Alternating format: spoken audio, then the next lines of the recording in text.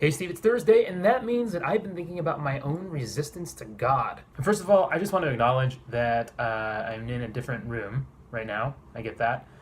This is my therapy office. Today was kind of one of those days where it was like, gotta do things on the go. Those windows face west in the hottest part of the day, and so it's starting to cook in here. Anyway, you asked those three darn questions that always convict me, so here we go. Number one, have I ever gotten stuck in stupid controversies? You ask me this question like you don't know me. Yes. Oh my goodness, yes. When I first went into my undergrad years, I remember having the crazy idea that I was going to be canonized as Saint Christian, the enlightener of Wheaton College. I remember actually picking theological fights with my dorm mates, my friends, and really anyone who would listen. Even still, I feel like I get stuck in trying to be right about questions of ministry, rather than actually listening to other people and trying to come up with mutually agreeable ideas. The worst part of this is that this stems from my deep concern about the state of our church. So sometimes I find myself arguing about whether or not pizza parties make for effective youth ministry, and I do all that I can to make sure that my point is being heard. And I'm not proud of this, but in a debate, my go-to instinct is to win.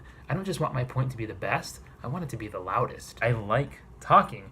However, I've begun to realize that my talking needs to be less pointed and more curious. I'm trying to ask more questions rather than make points. I want to foster a spirit of listening and understanding, rather than simply a spirit of dominating and being right. Number two, what is keeping me from embracing the word with joy? A lot of things. As I've said before, I have a big do all the things myself perfectly problem. When I think about the fact, as Father John Bear puts it, that the biggest temptation humans face is to believe that our lives come from ourselves, this is a major downfall for me. I want to be the one who knows it all. I want to be the one who has all the answers.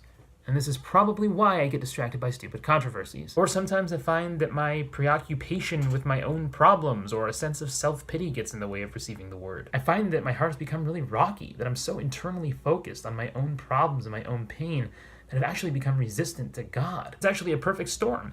It's a combination of do all of the things myself, and man, I've got a lot of problems. So rather than submitting myself to God and allowing his transformative work to happen in my heart, I try to fix the problems that are outside myself.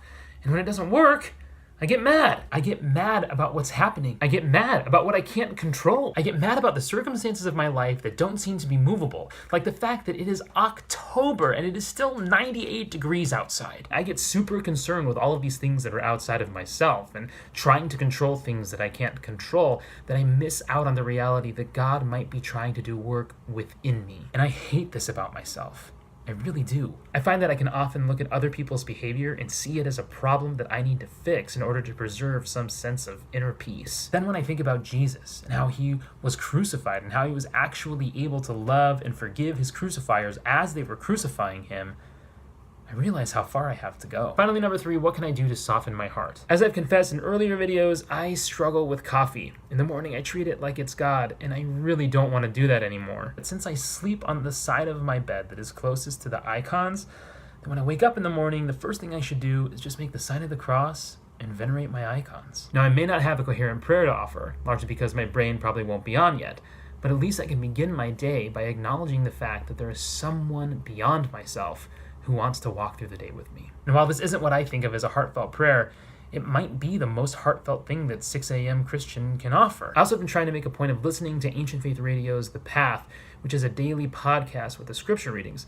The link, of course, is in the doobly-doo. Now that it's October and I'm no longer melting in the Phoenix mornings, at least, I take my cup of ever-precious coffee outside and try to listen to the scripture readings. Of course, it's still very hard to listen and pay attention, but I'm hoping that this repeated and continued practice will still somehow soften my heart. Most obviously, I need to go to confession. Confession is hard because I feel like it really breaks up the stoniness of my heart. Having to give an honest account of who I am and what I love, man, I don't want to do that. Final thing is, I've set a reminder on my phone to go off at 9:50. It tells me to stop what I am doing and to say prayers, because I really want to practice putting myself aside and tuning into the reality that Christ is beside me. I'll let you know how all these things turn out, but until then, that's all I got, Steve, and I'll see you on Monday.